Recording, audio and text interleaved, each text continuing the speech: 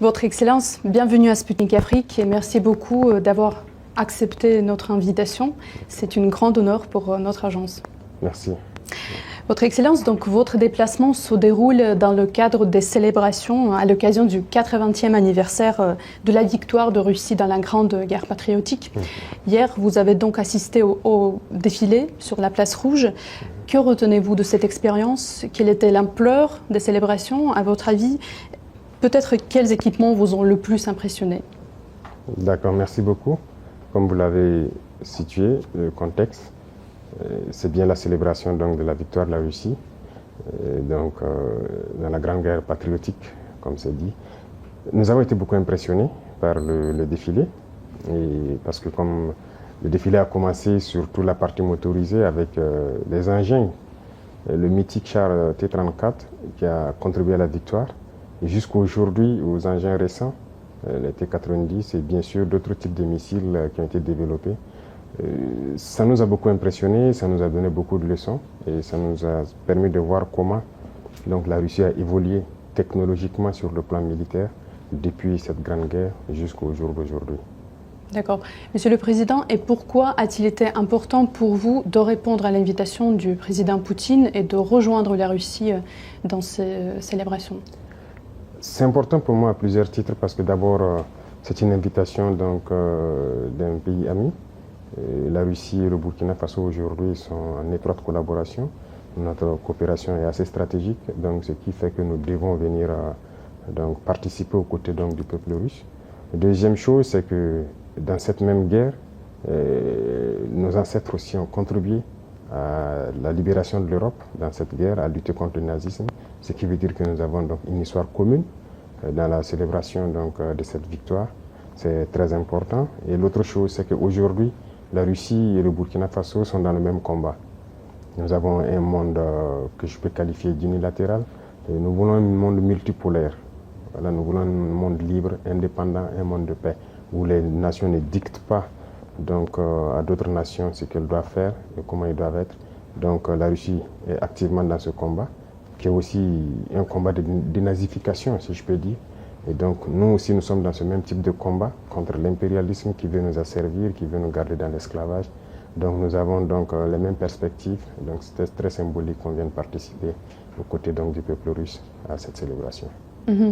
Notamment, le peuple soviétique a contribué largement à vaincre le nazisme et le burkinabé, comme vous le dites bien, applique aujourd'hui les efforts pour lutter, pour éradiquer le terrorisme.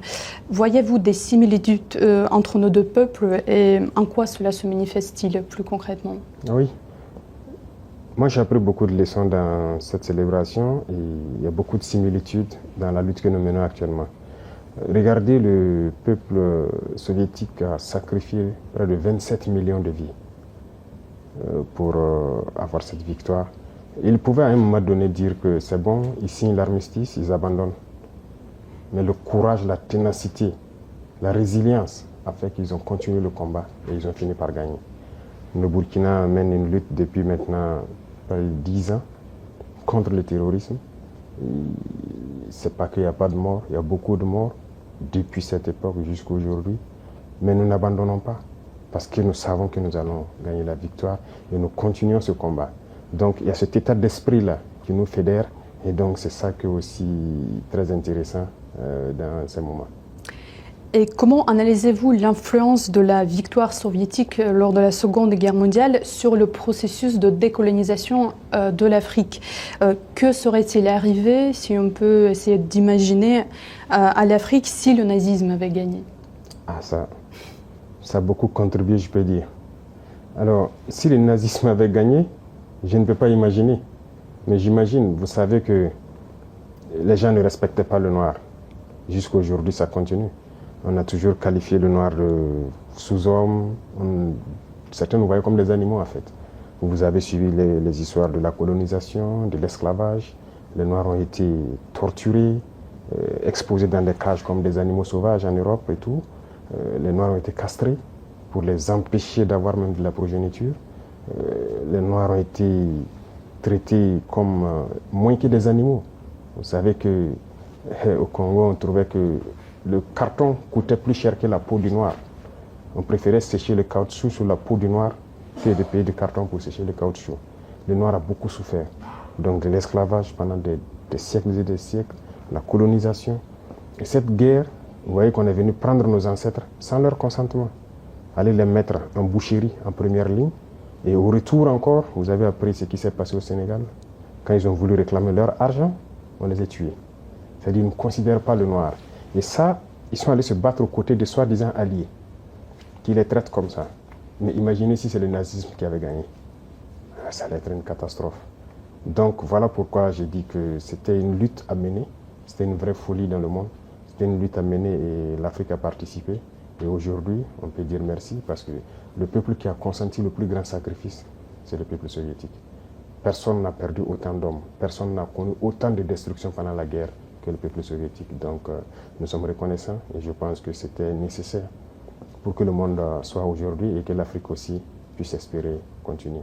Merci beaucoup pour votre réponse. Monsieur le Président, vous avez récemment déclaré que le Burkina Faso sera le tombeau du terrorisme. Oui. Imposez-vous des délais concrets pour le vaincre complètement et comment voyez-vous la future aide de la Russie en ce qui concerne ceci, l'un des axes principaux du partenariat russo-burkinabé? Je l'ai dit parce que le Burkina Faso, nous travaillons à ce que aujourd'hui il y a beaucoup de criminels qui le recrutent pour venir combattre au Burkina Faso. Ce n'est pas du terrorisme, je ne sais pas comment qualifier ça, c'est de la criminalité. Ce sont des bandits qui ont été armés par les impérialistes pour nous déstabiliser, pour nous maintenir dans la guerre permanente et nous exploiter. Et donc, je l'ai dit, nous travaillons à ce que le Burkina Faso soit le tombeau du terrorisme. Il faut que, lorsqu'on recrute quelqu'un pour venir combattre au Burkina, qu'il préfère se suicider. Et ça va arriver. Parce qu'on les équipe, on les forme, on leur donne la technologie, ces criminels-là, mais nous nous adaptons permanemment. Actuellement, nous sommes dans une phase assez particulière. Ils ont acquis de nouvelles technologies, de nouvelles techniques de combat et tout, grâce donc au soutien de ces impérialistes-là. Mais donc, nous avons étudié la situation et nous allons avoir la réponse tout de suite face à tout ça. Donc, vous allez le voir.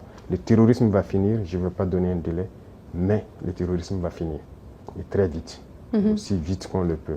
Et la Russie, tout ce que nous demandons, c'est surtout l'apport, je dirais, intellectuel. Voilà, aider à former intellectuellement sur notre industrie militaire qu'on devons développer et aider à former les jeunes gens sur tout ce que nous pouvons développer pour faire face à cette guerre-là. C'est cette partie qui nous intéresse le plus. Et plus concrètement, quel matériau, peut-être quel équipement vous intéresse le plus? Déjà, je peux dire merci parce que la Russie fait partie de l'un de ces rares pays dans ce monde-là qui a pris du matériel militaire venir nous donner pour faire la guerre. Donc ça, c'est significatif. À part la Russie et la Chine, il n'y a pas personne, sinon même pire. Ailleurs, on veut payer, même on refuse de nous vendre.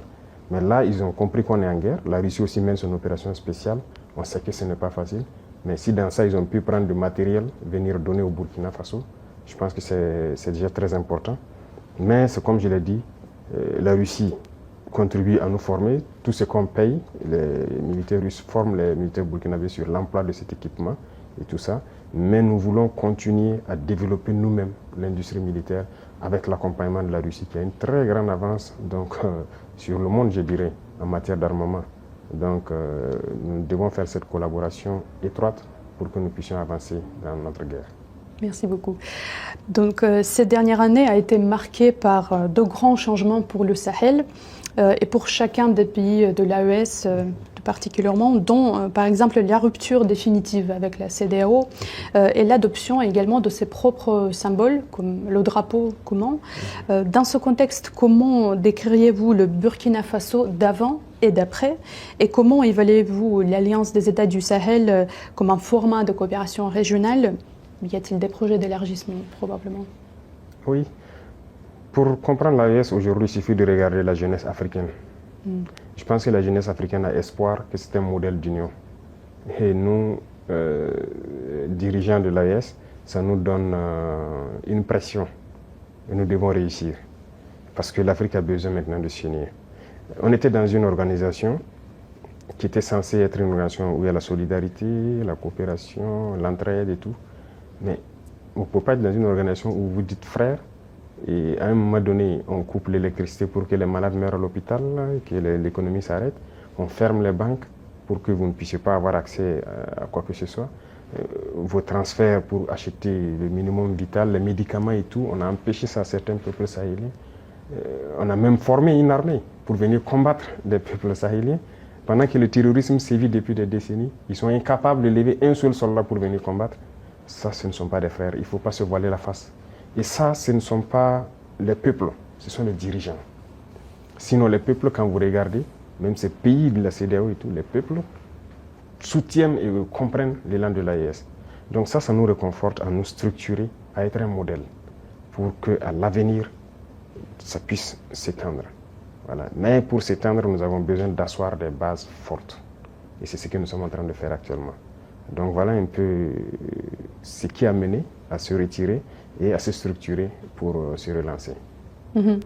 Monsieur le Président, pour beaucoup en Afrique, vous êtes plus qu'un président d'un pays, en fait, mais l'incarnation de renouveau panafricanisme. Pourquoi l'Afrique a-t-elle aujourd'hui tout particulièrement besoin d'un, si je peux dire, nouveau Thomas Sankara? Qu'est-ce que cela vous fait, en fait, d'assumer toute cette responsabilité à seulement 37 ans? L'âge n'est pas important. Mais c'est de la pression, je peux dire. C'est de la pression. Il ne faut pas prendre ça, en faire de la folie, de grandeur. C'est de la pression. Moi, c'est un message que la jeunesse me passe et ça me met plus la pression. Si j'arrivais à dormir 2 heures, j'ai réduit mon temps de sommeil à 1 heure. Et s'il ne faut pas dormir, il ne faut plus dormir. Parce qu'ils ont vu quelque chose, sûrement, qu'on est en train de faire. Et selon eux, peut permettre à l'Afrique de sortir donc de cette situation. Et nous, ça nous encourage, ça nous remotive à continuer le combat. Et c'est pourquoi j'ai dit que c'est une pression, c'est une très lourde responsabilité.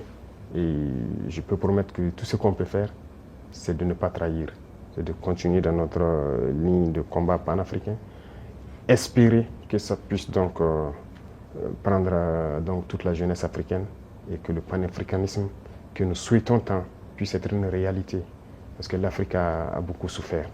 Il est temps qu'on puisse unir, travailler, se développer. Autant les Africains partent ailleurs, voient le mode de vie et tout ce qu'il y a. En Afrique, c'est possible. C'est possible. Donc c'est notre mission et nous allons l'assumer. Monsieur le Président, de plus en plus de pays africains revendiquent la souveraineté et exigent le retrait des troupes occidentales de leur sol. Récemment, par exemple, le Tchad, le Sénégal, la Côte d'Ivoire ont formulé des demandes similaires. À votre avis, où l'Occident s'est-il trompé dans ses relations avec le continent africain? Bon, ce que je connais, c'est notre situation. Nous étions en guerre, nous avons vécu avec les troupes occidentales et tout. Nous avons vu et nous avons décidé de nous séparer de ces troupes-là parce que ça ne cadre pas avec la lutte. Au contraire, ça amplifie le phénomène. Les autres pays qui sont séparés, je ne peux pas me prononcer parce qu'ils se sont prononcés pour se séparer. Mais après, le président Macron a dit que c'est lui qui les a dit de trouver la formule et tout ça. Moi, je ne peux pas rentrer dans ce débat. Seuls eux, ils connaissent la vérité. Mais une chose est sûre, on ne peut pas parler de souveraineté et avoir une armée d'un autre pays sur notre sol qui nous dicte ce qu'il faut faire. L'économie, l'éducation, tout le développement d'un pays est basé sur l'armée. Donc chaque pays devrait développer son armée, être souverain et indépendant. Et donc c'est ce que nous sommes en train de faire. Quand je prends le cas du Burkina, ces armées ont été présentes et ça a contribué à tuer l'armée burkinabé. On ne recrutait plus. C'est eux qui disent quel volume il faut recruter. Il n'y avait plus d'armement, d'équipement et tout. Même les années 85 sous Sankara, on était mieux équipés que 10-20 ans après. Et finalement, le terrorisme est rentré. Quand le terrorisme est arrivé, on n'avait pas d'armée. On en souffre jusqu'à aujourd'hui. C'est dans la guerre que nous sommes en train de créer une armée. Donc c'est normal que ça prenne un peu de temps, on souffre, mais il faut créer une armée. Et sortir de cette guerre, on doit sortir grandi. C'est ce que je dis. Quand je regarde les statistiques de l'armée soviétique, le nombre d'hommes qu'ils ont perdus, mais au sortir de la guerre, ils sont sortis très grands. Et aujourd'hui, aucune armée n'a l'équipement que l'armée russe a. Donc nous aussi, nous devons apprendre de notre guerre. Au sortir de la guerre, on doit être très fort. La souveraineté commence par l'armée. Une fois que vous avez une armée forte, tous les autres volets peuvent facilement se développer. Voilà ce que je peux dire, ce qui a poussé le Burkina en tout cas à se séparer de ces armées-là. D'accord. Un autre sujet qui persiste en fait important, c'est le dossier ukrainien. La Russie se déclare prête à négocier sans conditions préalables, tandis que l'Ukraine pose constamment des contraintes. De plus, Kiev soutient les terroristes au Sahel. Qui ne veut pas la paix pour nos deux pays, à votre avis? Je pense que bien avant maintenant, il y a le président turc Erdogan qui avait réussi à créer un cadre de dialogue. Et je pense que les deux présidents se sont rencontrés en son temps. Ce n'était qu'au début de l'opération. Et nous tous, nous avons espéré que ça aboutisse et que voilà, les armes se taisent et que chacun revienne à de bons sentiments. Mais ce sont les Occidentaux qui sont venus dire au président ukrainien de ne pas accepter. On a suivi ça et finalement, ça donne quoi? Mais moi, je pense que tout ça rentre dans le cadre de la manipulation. Et je pense qu'ils se sont fait manipuler. Sinon, les peuples ukrainiens et russes, c'était l'Union soviétique. Ils sont des frères. Comment se fait-il qu'on a pu cultiver la haine, la russophobie au sein de cette population? La guerre n'a pas commencé en 2022. C'est en 2014 que ça a commencé. C'est cette réalité aussi que beaucoup de gens peut-être ne connaissent pas, ou bien qu'on refuse de dire. C'est en 2014 que la guerre a commencé. Et aujourd'hui, on est surpris de voir que les gens rejettent peut-être la balle sur la Russie et tout ça. Quand on bombardait les civils russophones en 2014, qui parlaient? Il y a des images qui sont toujours là. On a enfermé des gens dans des maisons, les brûlés. Il y a des images qui sont là. Mais il fallait agir pendant tout ce temps. Ils ont été manipulés. Et aujourd'hui, la réalité est là.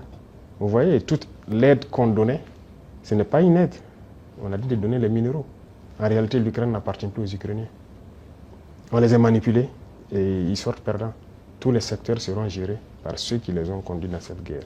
Et c'était espérer affaiblir la Russie, mais la Russie sort encore plus grande de cette guerre. Donc moi, je pense qu'ils doivent comprendre cela et revenir à la raison pour avoir des négociations et aboutir à la paix. Parce qu'ils ont déclaré qu'ils soutiennent les terroristes. Vous avez tous suivi ça. Et on le constate sur le terrain également, qu'ils soutiennent effectivement les terroristes. Ce n'est pas une bonne guerre. Je pense qu'ils se trompent éperdument. Ils doivent revenir à la raison.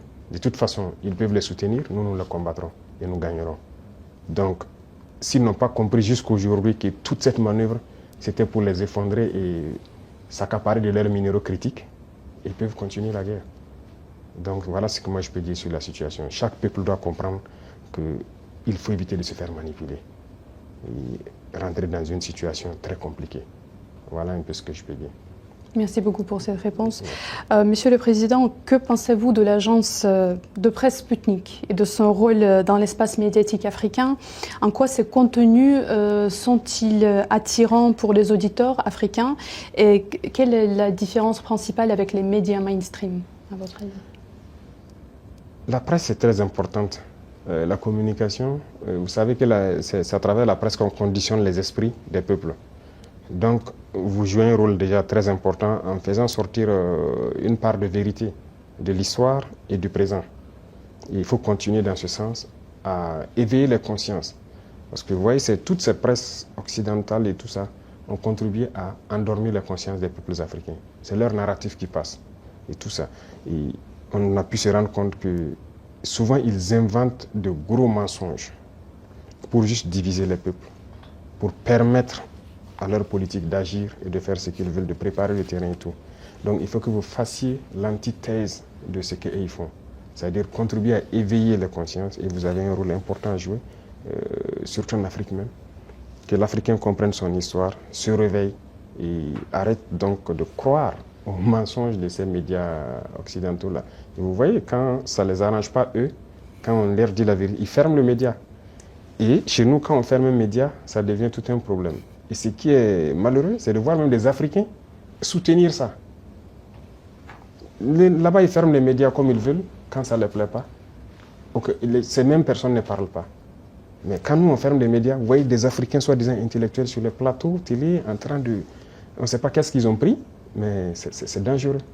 Donc vous avez un rôle très important à jouer, et tous les médias d'ailleurs, pour éveiller la conscience des Africains. Voilà, je dis que nous sommes là pour que les jeunes se réveillent. On n'est pas là dans cette logique de chercher à piller ou truc. On veut construire l'Afrique. Et si les jeunes ne sont pas éveillés, on va les endormir. On fait chanter nos louanges par ces médias occidentaux, on est bien, on est bien. Pourtant, non, c'est faux. Nous, on veut que quand on n'est pas bien, on sache qu'on n'est pas bien. Voilà, et que d'autres personnes prennent le relais. Mais quand ils mentent aussi pour dire qu'on n'est pas bien, on va prouver le contraire. Donc, continuer à communiquer et à éveiller les consciences en Afrique. Voilà. Merci beaucoup. Merci. Monsieur le Président, ensuite, au propos du commandant de l'Africom devant le Sénat américain, votre gouvernement a donc réagi avec fermeté, dénonçant des accusations infondées sur les choix souverains du Burkina Faso. Que répondez-vous à ceux, notamment à Washington, qui continuent de remettre en cause la légitimité de vos partenariats actuels, notamment avec la Russie? Et comment entendez-vous défendre l'image du Burkina Faso sur la scène internationale face à ce type de discours? De toute façon, on est libre de lier les relations avec qui on veut. C'est ça l'indépendance. Donc sur ce volet, ils peuvent continuer à penser ce qu'ils veulent. Nous irons où nous voulons. Voilà, pour peu que ce partenariat puisse être en tout cas mutuellement bénéfique pour chacune des parties. Quant à ces propos, vous l'avez dit, on a protesté à travers le ministère des Affaires étrangères. C'est une chose. Mais je ne sais pas ce qui s'est passé avec ce général. Il y a un souci quand même. Et je souhaite peut-être qu'il fasse son mea culpa. Si on l'a envoyé, qu'il comprenne que ce n'est pas la bonne mission. Si on l'a trompé, qu'il le dise publiquement, ou si on devant le Sénat qu'il s'est trompé. Ou aussi si c'est une mauvaise intention, eh bien, nous allons l'affronter comme il le faut. Parce que tout ce qu'il a dit, c'est du mensonge. Et c'est très vilain de voir un adulte mentir, de voir un adulte officier général d'une grande armée mentir. C'est très grave. D'abord, il a parlé de l'or du Burkina qui sert à ce que nous on utilise pour se protéger et tout. D'abord, c'est l'or du Burkina, ce n'est pas son or. Ça, c'est la première des choses. En quoi ça le regarde? Ça ne le regarde en rien. C'est le Burkina, c'est l'or du Burkina. Ça ne le regarde pas. Deuxième chose, il ment. Parce que le Burkina n'a jamais eu de réserve d'or jusqu'à ce que nous on arrive. C'est nous qui avons commencé à réserver l'or au trésor du Burkina Faso. Sinon, il n'y avait pas un seul gramme de réserve d'or au Burkina. Ça veut dire que c'est un menteur encore. Et l'autre chose, quand il dit qu'on utilise pour se protéger et tout, on est libre. Si le peuple a décidé qu'on le gouverne, nous avons le devoir de nous protéger. Donc on est libre. En quoi ça le regarde? Et le volet qui m'a le plus fait mal, pas parce qu'il est général ou parce que c'est un Américain ou quoi, c'est parce que c'est un noir. Et ça fait très mal de voir qu'on utilise un noir pour combattre un noir. Et ça n'a pas commencé maintenant. Il faut que ça s'arrête.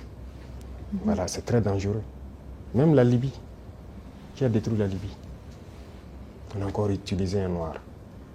Dans les films, dans le temps, chez les Américains, les Noirs jouaient toujours le mauvais rôle. Mais on s'est dit c'est dans le film.